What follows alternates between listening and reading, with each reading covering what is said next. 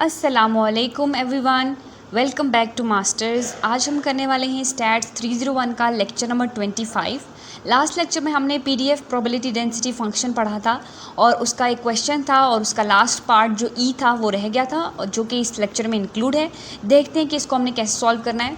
इस लेक्चर में हमारे पास जो ये वाला क्वेश्चन है इसमें थोड़ी सी डिफरेंट आगे बात, यहाँ पर फंक्शन उन्होंने चेंज कर दिया। पहले हमारे पास सिर्फ के एक्स था, अब उन्होंने हमें फंक्शन दे दिया। एफ एक्स बताया था आपको कि वो फंक्शन डिनोट करता है और वो फंक्शन हमें दे दिया कि था पहले, अब x/2 दे दिया गया है और साथ में आपको फाइंड करने के लिए क्या कहा गया हुआ है, ये आपको फाइंड करने के लिए कहा हुआ है। अब ये आपको बड़ा जो है डिफ़िकल्ट लग रहा होगा, लेकिन ये डिफ़िकल्ट नहीं है। इस डैश का मतलब है कि डिवाइड का साइन है ये, और ऊपर ये एक अलग हमारे पास एक लिमिट बनेगी और यहाँ पर 3 लिमिट्स हैं और इससे हमने 4 लिमिट्स बनानी है। वो कैसे बनेगी, आपको मैंने बताया था कि जो ऊपर होती है वो हमारे पास हमेशा हायर लिमिट होती है और यहाँ पर अगर हम इस तरह ये शो करेंगे तो जो बाद वाली होगी वो हायर होगी और जो पहले वाली होगी वो स्मॉल होगी। ठीक है, 1/3 1/2 से स्मॉल है, इसलिए पहले ये आएगा और फिर 1/2 हम लिखेंगे और डिवाइड में जाकर हम इसको दोबारा एक और बार लिखेंगे, लेकिन इस मरतबा पहले हमने 1/3 और 1/2 का किया, अगली मरतबा हमने 1/3 और 2/3 का करना है। ठीक है, अगर आप पॉइंट्स में भी वैल्यू देखें तो 1/3 जो है छोटा होता है, 2/3 की वैल्यू आती है 0.666 समथिंग और 1/3 की 0.33। ये क्वेश्चन यहाँ पर तो उन्होंने सॉल्व किया लेकिन यहाँ पर कंप्लीट नहीं है, यहाँ पर कह रहे हैं कि आप खुद सॉल्व करें, तो चलें हम खुद सॉल्व कर लेते हैं। यहाँ पर मैंने आपके लिए ये क्वेश्चन सॉल्व किया है, तो यहाँ पर देखिए मैंने आपको बताया कि हमारे पास फंक्शन क्या दिया गया है, x/2 ये हमारे पास फंक्शन है। हमने फाइंड करनी है ये प्रोबेबिलिटी इसकी, और अभी हमने आपको भी सिखा दिया कि कैसे आपने इसको बनाना है। इसकी लिमिट लिखनी है, पहले छोटी लिमिट लिखी जाएगी, देन बड़ी लिमिट लिखी जाएगी और यहाँ पर साइन कोई भी चेंज नहीं हुआ, वही ग्रेटर और इक्वल टू के साइन हमने लगाए और यहाँ ये डिवाइड का साइन है क्योंकि यहाँ पर ये डैश का मतलब है कि डिवाइड। उसके बाद अब इसको हम लिमिट वाली फॉर्म में लिखते हैं, अपनी इंटीग्रेशन वाली फॉर्म में।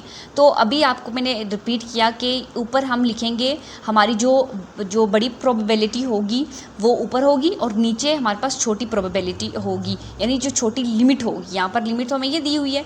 ठीक है, 1/3 हमारे पास बड़ा है, छोटा है और 1/2 हमारे पास बड़ा होता है और अंदर हमारे पास क्या लिखना होता है हमने f(x) और f(x) हमारे पास क्या है x/2 और dx ऐसे लिखेगा। अब सेम नीचे भी हमने ऐसे करना है, डिवाइड का साइन डालकर वैसे ही प्रोबेबिलिटी जो है लिमिट्स बनानी है और अंदर हमने f(x) लिखना है। अब आपको इंटीग्रेशन सिखाई थी मैंने कि जब हम इंटीग्रेशन को ओपन करते हैं तो वो इस तरह की ब्रैकेट्स बनाते हैं। अब x/2 था, मैंने कहा आपको कि x/2 यहाँ पर सिर्फ सिंपल है, x के पावर कुछ भी नहीं है। अब कुछ भी पावर नहीं है तो उसका मतलब x के पास 1 पावर है। अब जो इंटीग्रेशन ओपन करते हैं तो ओपन करने का रूल ये होता है कि जब हमने उनको ओपन किया तो उसकी पावर में हम एक नंबर ऐड कर देते हैं। पहले 1 था, एक और 1 ऐड हो गया तो वो 2 बन गया, नीचे ऑलरेडी 2 मौजूद है। ठीक है, तो जो ऊपर हमने ऐड की होती है पावर और जो पावर बन जाती है यानी 2 जो बन गई वो हम नीचे लिख देते हैं। अब नीचे उसको हम मल्टीप्लाई करके लिखेंगे, तो 2 ऑलरेडी मौजूद था वहाँ पर, 2 हमने लिखा, इन दोनों को मल्टीप्लाई कर दिया तो हमारे पास 4 बन गया, x² डिवाइडेड बाई 4। नीचे भी सेम हमने वैसे ही किया, वही आप रिपीट हुआ स्टेप, देन हमने ये हमारे पास फॉर्म बन गई। अब हमने इसमें जो हमारी लिमिट है अपर और लोअर लिमिट वो दोनों हमने पुट करनी है। वो हमने कैसे पुट करनी है, आपको पता है कि पहले हम पहली वाली लिमिट करेंगे, जो हमारी बड़ी लिमिट थी वो बीच में हमारे पास माइनस साइन रहेगा और दूसरी जो हमारी लिमिट थी 1/3 हमने वो पुट की। नीचे ये जो 4/4 है ये बाई की फॉर्म में, ये तो ऑलरेडी एज इट इज़ आएगा और हमने नीचे वाली फॉर्म में भी ऐसे ही किया, वही चीज़ की कि पहले हमने 2/3 लिमिट लिखी, उसके बाद माइनस का साइन और फिर 1/3 की लिमिट लिखी। ठीक है, और हमारे पास था ही x का स्क्वायर, इसलिए हमने ऊपर स्क्वायर लिखा। फिर सिंपल मैथमेटिकल के रूल हैं, मैथमेटिक्स के रूल हैं, आपने क्या करना है कि इसके स्क्वायर ले लेना है और अगर 1 का स्क्वायर लेंगे तो 1 ही रहेगा और अगर हम यहाँ पर देखें और 2 का स्क्वायर लेंगे तो वो 4 बन जाएगा। सिंपल मैथमेटिक्स यहाँ पर है, वो आप खुद सॉल्व करें और इसको प्रैक्टिस करें अपने रजिस्टर पे, तभी आपको आएगा। सिंपल आपको यहाँ पर जो मैथमेटिकल रूल होती हैं कि कटिंग हो रही है तो कटिंग करेंगे, एलसीएम लेंगे और यहाँ पर देखिए एक यहाँ पे तो ये बड़ा डिवाइड का साइन है, एक और मरतबे भी ये डिवाइड के साइन में आ रहा है। ठीक है, आपको जैसा अच्छा सॉल्व करना हो रहा है आसानी से आप उसको सॉल्व करें। Let me show you again. ये देखें, आप देखें इसको सिंपलेस्ट से सिंपलेस्ट फॉर्म हमने बनानी है, ठीक है। जब इस पर रूल्स अप्लाई किए, कुछ भी खास नहीं करना, सिंपल जो आपके मैथमेटिक्स के रूल होते हैं, प्लस हो रहा है तो प्लस करें, मल्टीप्लाई हो रहा है तो मल्टीप्लाई करें, और एट द एंड हमारे पास आंसर आ जाएगा 15/36। यहाँ पर इन्होंने जो है आंसर नहीं लिखा हुआ, सिर्फ आपको कहा है कि आप खुद सॉल्व करें। एग्जाम्पल नंबर 2 भी देख लेते हैं। एग्जाम्पल 2 में ये है कि कंटिन्यूस रैंडम वेरिएबल x है, आपने फाइंड करना है DF मतलब डिस्ट्रीब्यूशन फंक्शन fx के फाइंड करने हैं हमने, ठीक है। अब वो हमने किस तरह फाइंड करने हैं, उसके पास fx है, आपने continuous random variable x find करने हैं, और ये किस तरह आपने फाइंड करने हैं, यानी हमारी जो कैपिटल X का मतलब क्या होता है, हमारे पास जो डिस्ट्रीब्यूशन फंक्शन होता है, हमने स्मॉल fx फाइंड करना है, यानी हमने डेंसिटी वाले जो फंक्शन होता है वो वाला फाइंड करना है। तो ऊपर हमने स्टार्टिंग में पढ़ा था कि उसको फाइंड करने के लिए हमें सिर्फ जो हमारे पास फंक्शन दिया होता है उसका डेरिवेटिव लेना होता है। यहाँ पर उन्होंने जो है कंप्लीट सॉल्व नहीं किया हुआ, यहाँ पर आपके लिए मैंने कंप्लीट सॉल्व किया है। इसे देख लेते हैं, मैं सिर्फ वही एग्जांपल सॉल्व कर रही हूँ जो आपके हैंडआउट्स में प्रॉपरली मेंशन नहीं है, ठीक है। अब ये हमारी एग्जाम्पल नंबर 2 है। इसमें हमारे पास सबसे पहले ये ऑलरेडी डाटा गिवन है। सबसे पहले हमारे पास जो कैपिटल fx है वो 0 है, दूसरा हमारे पास 2x² डिवाइडेड बाई 5 है, तीसरा ये है, चौथा ये है 1, साथ में लिमिट्स भी दे दी गई हैं। अब आपने क्या फाइंड करना है, हर का स्मॉल fx मतलब फंक्शन फाइंड करना है। ये प्रोबेबिलिटी डेंसिटी, ये जो ये वाला है प्रोबेबिलिटी, ये आपको नज़र आ रही है, ये तो प्रोबेबिलिटी डेंसिटी फंक्शन होता है। ये जो आपको कैपिटल F नज़र आ रहा है ये डिस्ट्रीब्यूशन फंक्शन है। स्मॉल x हमारे पास PDF वाली फॉर्म में, हम जब PDF फाइंड कर रहे होते हैं तब हमारे पास ये स्मॉल fx वाला होता है फंक्शन, ठीक है। अब ये हमने कैसे बनाना है, by using the derivative methods, जो हमारे टेक्निक्स हैं डेरिवेटिव, क्योंकि हमने क्या करना है, अगर हम स्मॉल fx फाइंड करना चाहते हैं तो हमने कैपिटल fx का डेरिवेटिव लेना है। अब देखें, अगर सबसे पहले क्या था, fx हमारे पास 0 था, जब भी हम 0 का डेरिवेटिव लेते हैं तो वो 0 ही आता है, तो स्मॉल fx क्या बन गया, 0। नेक्स्ट हमारे पास कैपिटल fx था 2x² डिवाइडेड बाई 5। अब अगर हम इसका डेरिवेटिव लेते हैं तो डेरिवेटिव हमें क्या कहता है कि जो हमारे पास पावर की वैल्यू होती है हम उसको बाहर ले जाते हैं और पावर से हटा देते हैं। तो ऑलरेडी 2 मौजूद था, 2 पावर का जो था उधर चला गया तो वो 4 बन गया, 2x/5 हमने ये लिख दिया। देन हमारे पास क्या हुआ, नेक्स्ट था हमारे पास fx -3/5 प्लस 2/3। अब ये सारी वैल्यू थी। अब आपको पता है कि जब हम डेरिवेटिव लेते हैं, कोई भी अगर हमारे पास कांस्टेंट टर्म हो तो वो ऑटोमेटिकली 0 बन जाती है। तो ये कांस्टेंट टर्म जो थी वो 0 बन गई, प्लस का साइन 2/5 ऐसे ही लिखा। अब x जब होता है, x का डेरिवेटिव लेते हैं तो वो हमारे पास 1 आ जाता है। तो अगर हमने x का डेरिवेटिव लिया तो 1 आ गया, और जो कांस्टेंट टर्म है ये हाली कांस्टेंट टर्म होती तो 0 बन जाती, लेकिन अभी ये x के साथ है, ठीक है। x 1 बन गया तो ये जो है सिंपल हमारे पास ऐसे ही लिखी जाएगी, बीच में माइनस का साइन। अभी जो ऊपर हमने किया वो सेम चीज़ हमने यहाँ पर रिपीट की। अभी जो पावर में था वो साइड पे लिख दिया, तो ये दोनों 2 कट गए और हमारे पास ये बच गया, ये हमारे पास कैप स्मॉल fx आ गया, ठीक है। और एट द एंड 1 का भी किया, 1 भी एक कॉन्सेप्ट टर्म है तो वो 0 बन गया। तो ये हमने सारी जो थे fx यानी जो हमारे फंक्शन थे वो हमने कैलकुलेट कर लिए, और यहाँ पर इन्होंने सिर्फ मेंशन कुछ ही किए हुए, डिटेल में सॉल्व नहीं किए, इसलिए मैंने आपके लिए सॉल्व किया ताकि आपको आसानी से आ जाए। अब हमारे पास एक न्यू एग्जाम्पल है, ये भी PDF से ही रिलेटेड है। इसमें एक्सपेक्टेड वैल्यू फाइंड करनी है हमने ऑफ रैंडम वेरिएबल जिसके पास PDF है। अब PDF वाली फॉर्म आ गई, ये फंक्शन है हमारे पास। अब देखिए एक्सपेक्टेड वैल्यू हमें क्या कह रही होती है, अगर इसको भी आप रहने दें, सिर्फ आप इसको देखें, इस चीज़ को, तो एक्सपेक्टेड वैल्यू बन गई ना। fx मैंने आपको कहा था कि px को ही हम fx कहते हैं, px हमारी प्रोबेबिलिटी होती है, और हमारा एक्सपेक्टेड वैल्यू यानी मीन हमें क्या कहता है कि x को मल्टीप्लाई कर दो px से, यही हमें हमारा मीन कहता है ना। तो अब एक्सपेक्टेड वैल्यू भी वही चीज़ होती है। तो अगर हम इसको PDF वाली फॉर्म में लिखेंगे तो यहाँ पर हम अपनी लिमिट्स लगाएंगे, negative limits, negative infinity to positive infinity, बीच में हमारे पास जो x और fx होता है वो लिखेंगे। देन हमारे पास ये dx जो हमारे पास मेजर जो उसका हम उसको राइट करने का तरीका है वो ऐसे ही है। अब हमारे पास जो फंक्शन दिया है वो हमें दिया हुआ है 2 ब्रैकेट 1 - x, तो वो हमने लिख दिया। 2 हमारे पास क्या था, एक कांस्टेंट टर्म है, हम कांस्टेंट टर्म को बाहर लेंगे। x हमारे पास ऐसे ही रहेगा, ठीक है, ये वाला x है, ये वाला x, ठीक है। और fx, अब देखिए fx हमें क्या गिवन है, वो गिवन है 2 1 - x। अभी आपको मैंने कहा कि 2 हम बाहर ले जाएंगे तो उसके पास क्या बच गया, 1 - x और साथ में dx हमने ऐसे ही लिखा क्योंकि अभी हमने इंटीग्रेशन अप्लाई नहीं की हुई। अब ज़रा इंटीग्रेशन अप्लाई कर देते हैं, वही सेम रूल इंटीग्रेशन के भी इसमें भी यूज़ होंगे। 2/3 ही रखेंगे और अगर हमारे पास जो लिमिट बनी, यहाँ पर देखिए कैसे हमने लिमिट बनाई, ऑलरेडी आपको गिवन थी लिमिट कि लिमिट हमारे पास 0 से लेकर 1 तक है, तो ऊपर आपको बड़ी वैल्यू लिखनी है, नीचे आपको स्मॉल लिखनी है। 1 बड़ा है, 1 ऊपर लिखा जाएगा और 0 हमारे पास स्मॉल है तो वो नीचे लिखा जाएगा। तो सिंपल आपने लिमिट्स यहाँ पर पुट करनी है। मैं दोबारा रिपीट नहीं कर रही क्योंकि लेक्चर बहुत लेंथी हो जाते हैं, फिर बच्चे कहते हैं कि लेक्चर मैम शॉर्ट बनाएं, ठीक है। तो वही सेम कंसेप्ट इंटीग्रेशन के यूज़ करेंगे और 1/3 इसका आंसर आएगा। आप खुद इसकी प्रैक्टिस करें और आपको फिर अच्छे से आ जाएगा। नेक्स्ट हमारे पास जो एक्सपेक्टेड वैल्यू की कुछ प्रॉपर्टीज़ ही डिस्कस की हुई हैं। यहाँ पर देखें हमारे पास, आपको याद होगा कि हमने अब स्टार्टिंग वाले लेक्चर में, शुरू के लेक्चर्स जो थे अभी हमने 25 से पहले हमने एक्सपेक्टेड वैल्यू की जो हमारे पास होती थी उसकी कुछ प्रॉपर्टीज़ पढ़ी थी कि अगर हमारे पास ए और बी है, ये कोई भी कॉन्स्टेंट टर्म्स हैं वो हम बाहर लिख सकते हैं, अकेले लिख सकते हैं, ठीक है। ई एक्स को हम अकेले लिख देंगे और ए जो है वो कॉन्स्टेंट टर्म है इसलिए वो बाहर आ गई और बी प्लस को हमने अकेले लिख दिया। अब कह रहे हैं कि ई एक्स की जगह अगर हम 3x अगर हम डाल देते हैं, खुद ये कह रहे हैं कि ए और बी की इन्होंने वैल्यू दे दी और ए और बी की वैल्यू 3 और 5 हमने दी, वो हमने वैल्यूज पुट की। तो अब हमारे पास क्या हो गया, जो एक्सपेक्टेड वैल्यू है वो चेंज होकर इस तरह बन जाएगी। क्यों बनेगी इस तरह, क्योंकि पहले तो हमारे पास सिर्फ सिंपल ई एक्स था, ठीक है। अब इसके ये आपको उसके रिलेटेड नहीं है, ये एक डिफरेंट चीज़ आपको समझा रहे हैं। अब इसमें देखें इसी चीज़ में हमने ए और बी की वैल्यू डाली और अब हमें कह रहे हैं कि अब एक्सपेक्टेड वैल्यू फाइंड करें। तब हमने कैसे फाइंड करनी है, एक्सपेक्टेड वैल्यू यहाँ पर वही सेम रहेगी, बस डिफरेंट ये होगा कि पहले हम वहाँ पर हमने क्या लिखा था, हमने x लिखा था, ठीक। तो अब हम x नहीं लिखेंगे बल्कि हम x के अंदर ये जो पहले वहाँ पर यहाँ पर x था तो हमने इसलिए x लिखा था। अब जो x यहाँ पर जो चीज़ है वो हमने उठाकर यहाँ पर सीधे सीधे लिख देनी है। उसके बाद हमारे पास जो कॉन्स्टेंट टर्म थी वो बाई लिख दी और 1 - x ऐसे ही लिखा, ठीक है। अब हमने इंटीग्रेशन वाली जो हमारे पास रूल्स हैं वो अप्लाई किए, पहले इनको मल्टीप्लाई कर देते हैं, उसके बाद इंटीग्रेशन वाले रूल अप्लाई कर कर इसका आंसर आपने कैलकुलेट कर लेना है।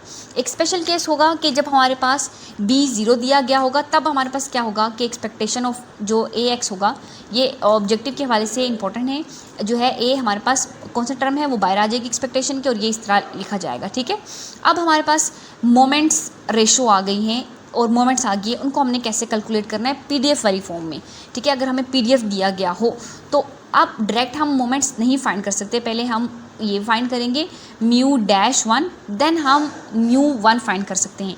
μ-1 का मतलब है एक्सपेक्टेशन ऑफ 1, ठीक है। एक्सपेक्टेशन ऑफ 1 अभी हमने ऊपर देखा, एक्सपेक्टेशन ऑफ 1 में हम सिर्फ क्या करते हैं कि x हाली x लिख देते हैं, ठीक है। और अब हमारे पास जो दिया गया था, हमारे पास जो फंक्शन था वो हमारे पास क्या था, ये पूरा फंक्शन था, ठीक है। तो कौन सा टर्म 3/4 था वो हम बाहर ले गए और इंटीग्रेशन हमने लिखी, जो हमारे पास लिमिट्स दी थी वो हमने लिखी। उसके बाद अंदर जो हमारे पास गिवन था वो हमने लिखा डाटा, ठीक है। ये हमारे पास डाटा था। अब याद रखें इसके पास x ऑलरेडी है तो x को पहले आप मल्टीप्लाई करें, ये x एक सेपरेट चीज़ है जो इसके अंदर ऐड हो रही है खुद से, ठीक है। क्योंकि एक्सपेक्टेशन x फाइंड करें यानी μ1 फाइंड करें, ठीक है, μ-1।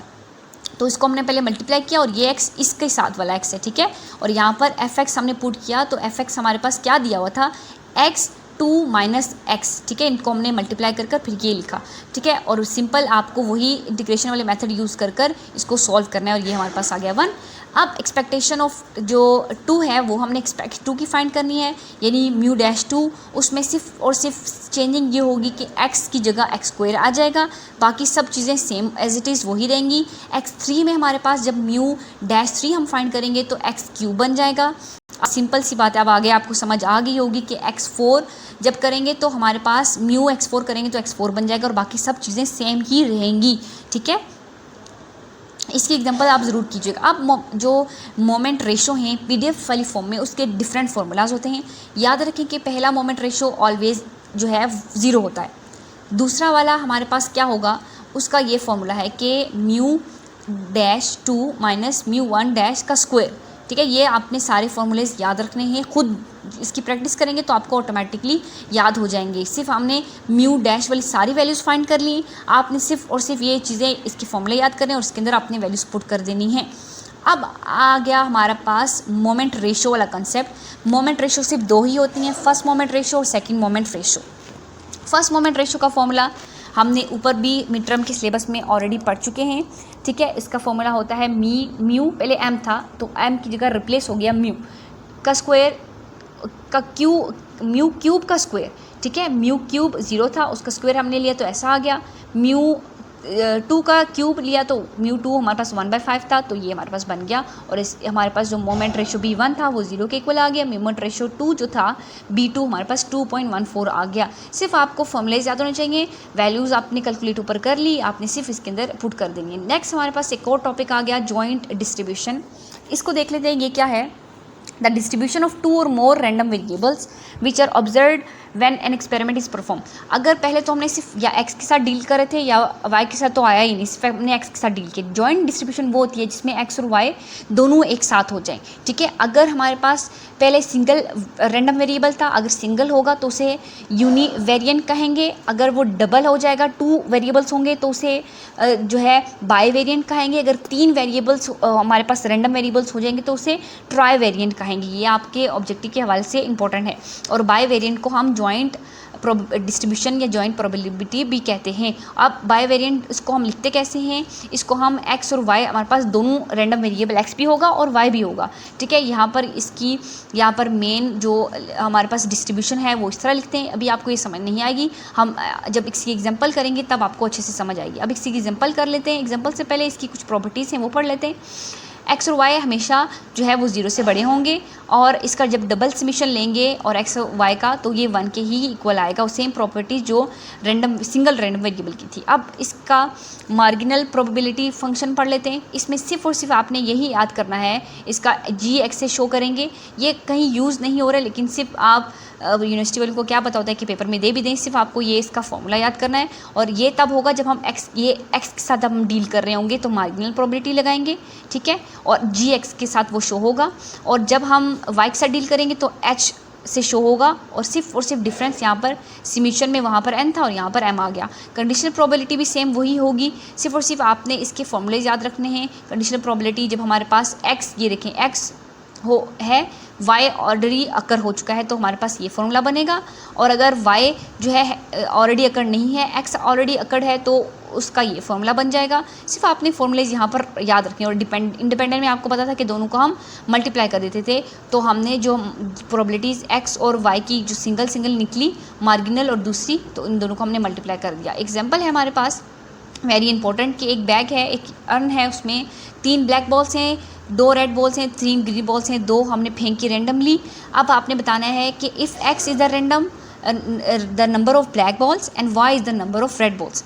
आपको फाइंड क्या करना है, ये सब चीज़ें आपको फाइंड करनी है। अभी फिलहाल हम सिर्फ ये फाइंड करेंगे, बाकी सब चीज़ें आपके नेक्स्ट लेक्चर में इंक्लूड हैं, ठीक है। आपको ये वाली एग्जांपल्स, जो इस तरह की एग्जांपल आपने बहुत बार की होंगी। अब देखिए इसको हमने बनाना कैसे। सबसे पहले हमने इसकी सैम्पल स्पेस बना लेने। वो किस तरह बनाएंगे कि 2 बॉल्स फेंकी तो x हमारे पास क्या बनेगा।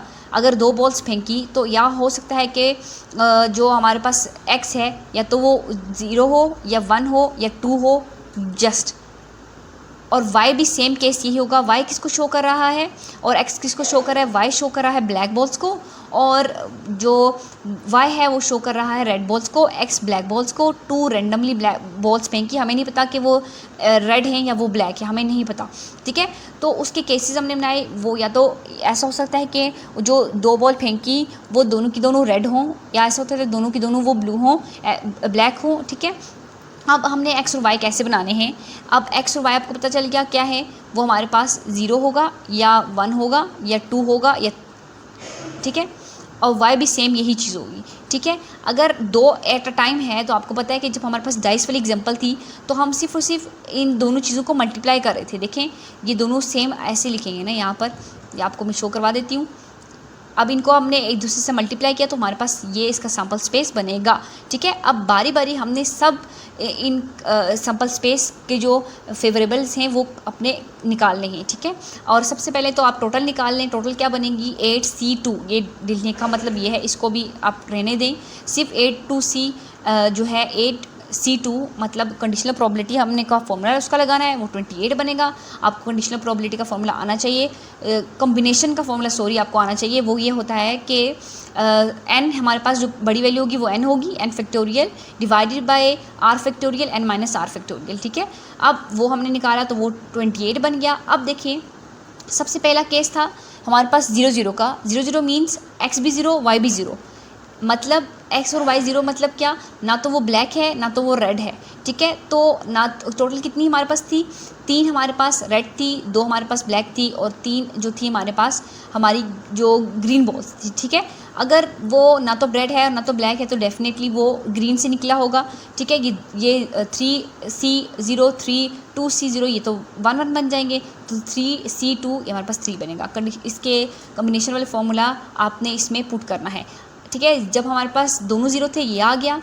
अब हमारे पास x ज़ीरो है, y 1 है। y 1 मतलब क्या, x ज़ीरो है तो मतलब जो ब्लैक से कोई नहीं निकली बल्कि रेड से एक निकली और हमारे पास ग्रीन से एक निकली, तो बाकी यहाँ पर हम 1 1 लिख देंगे और इस वाले में हम 0 ही लिखेंगे। तो इसको जब हमने सॉल्व किया तो 6/28 आ गया।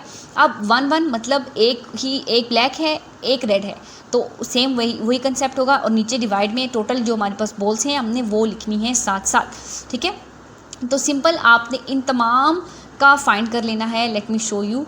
इनने सिर्फ 1 और इन तीनों का निकाला आपने, 1 का भी निकाल दिया, 0 और 2 का निकालना है। 0 2 मतलब क्या होगा कि 0 x किसको शो कर रहा था, हमारे जो ब्लैक बॉल्स थी, यानी ब्लैक बॉल्स कोई भी नहीं निकली, रेड 2 निकली, तो बाकी रेड 2 निकली, बाकी सारे जो होंगे वो 0 0 हो जाएंगे और सिर्फ यहाँ पर हम जो 2 में से 2C2 करेंगे, ठीक है, और फिर ये वाला फाइंड करेंगे। अब जॉइंट प्रॉपर्टीज़ की कैसे बनाते हैं वो आपको दिखा देती हूँ मैं। जॉइंट प्रॉपर्टी यहाँ पर हमारे पास y वैल्यूज़ होती हैं, यहाँ पर हमारे पास x वैल्यूज़ होती हैं।